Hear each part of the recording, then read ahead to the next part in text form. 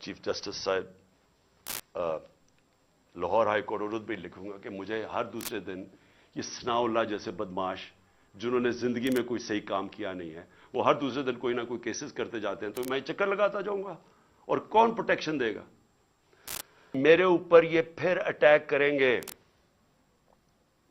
یہ زیادہ خوف زدہ ہیں۔ اب خوف زدہ یہ ہیں کہ یہ اگر اقتدار میں آ گیا تو شاید ان کی شامت آ جائے گی، اس ڈر سے اب انہوں نے پھر سے مجھے قتل کرنے کی کوشش کرنی ہے۔ کہنا چاہتا ہوں کہ کس نے مجھے ڈیفینڈ کرنا ہے؟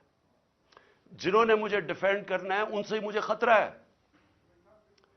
کیا انٹیریئر منسٹر مجھے ڈیفینڈ کرے گا؟ یہ شہباز شریف کرے گا؟ ان کے نیچے ساری فیڈرل گورنمنٹ کی ایجنسیز ہیں، ان کے نیچے پولیس ہے، تو خطرہ تو ان سے ہے۔ کیا ڈرٹی ہیری مجھے ڈیفینڈ کرے گا؟ جو خود ہی سب سے بڑا خطرہ مجھے اس سے ہے، کون ڈیفینڈ کرے گا؟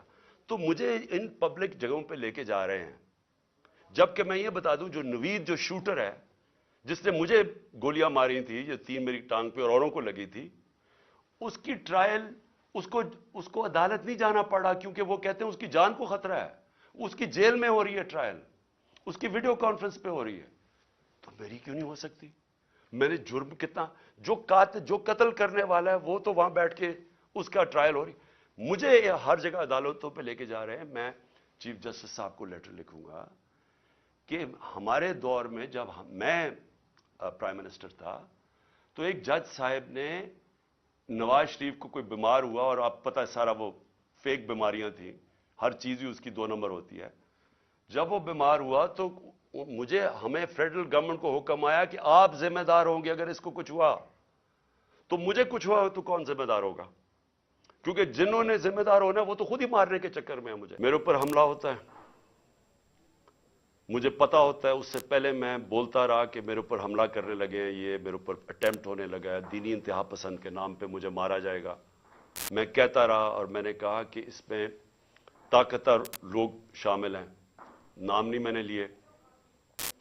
جب میرے اوپر اٹیمپٹ ہوا اور اللہ کی کوئی خاص ہی کرم تھا، اس نے مجھے بچا لیا، تو اس کے بعد میں نے ان 3 لوگوں کے نام لیے، ڈرٹی ہیری، شہباز شریف اور رانا ثناء اللہ، یہ تینوں شامل تھے، اور نواز شریف کو پتا تھا لندن میں بیٹھ کے۔ تسنیم حیدر کا جو لندن میں اس نے بات چیت کی، اس کا بیان کیوں نہیں ریکارڈ کیا گیا؟ ہمارے جے آئی ٹی نے کیا، اس کو جے آئی ٹی کو ہی ختم کر دیا۔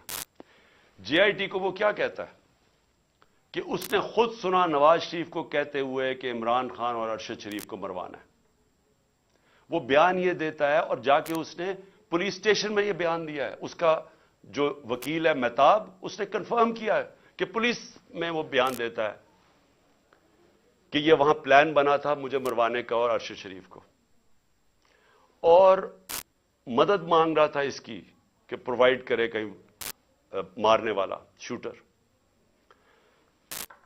جے آئی ٹی ریکارڈ کرتی ہے تسیم کی اس کی جو ویڈیو ہے۔ اس کے بعد کیا مجبوری تھی کہ care taker government J I T ختم کر دیتی ہے، اور جے آئی ٹی ختم کر کے 4 ان لوگوں کو جے آئی ٹی پہ بٹھا دیتی ہے، وہ جے آئی ٹی کے جو ممبرز جن کے اوپر پروسیکیوٹر جنرل کہتا ہے ٹیررسٹ کی عدالت میں جدر کیس ہو رہا ہے، اس عدالت میں جج کے سامنے وہ پروسیکیوٹر کہتا ہے کہ 4 لوگ جو جے آئی ٹی کے ممبرز تھے، انہوں نے جے آئی ٹی کو سیبوٹاج کرنے کی کوشش کی، ان کے اوپر کارروائی ہونی چاہیے۔ ان کو آپ جے آئی ٹی کے اوپر لے آئے ہیں، یہ لوگ، ان کے ذریعے اب انویسٹیگیشن ہوگی۔ میرا اپنی ساری قوم کے سامنے سوال یہ ہے کہ کون ڈرا ہوا ہے اتنا زیادہ؟ کیوں ڈرے ہوئے ہیں یہ؟ اگر یہ بے قصور ہیں تو جے آئی ٹی کو کام کرنے دیتے، کیوں اتنے خوف زدہ ہیں کہ سچ قوم کے سامنے آ جائے گا؟ کیونکہ طاقتور یہ سارے اس میں ملوث ہیں۔ اب میں نے دوسری بات یہ کی کہ میرے اوپر یہ پھر اٹیک کریں گے، یہ زیادہ خوف زدہ ہیں۔ اب خوف زدہ یہ ہیں کہ یہ اگر اقتدار میں آ گیا تو شاید ان کی شامت آ جائے گی، اس ڈر سے اب انہوں نے پھر سے مجھے قتل کرنے کی کوشش کرنی ہے۔ میں ساری قوم کے سامنے کہہ رہا ہوں،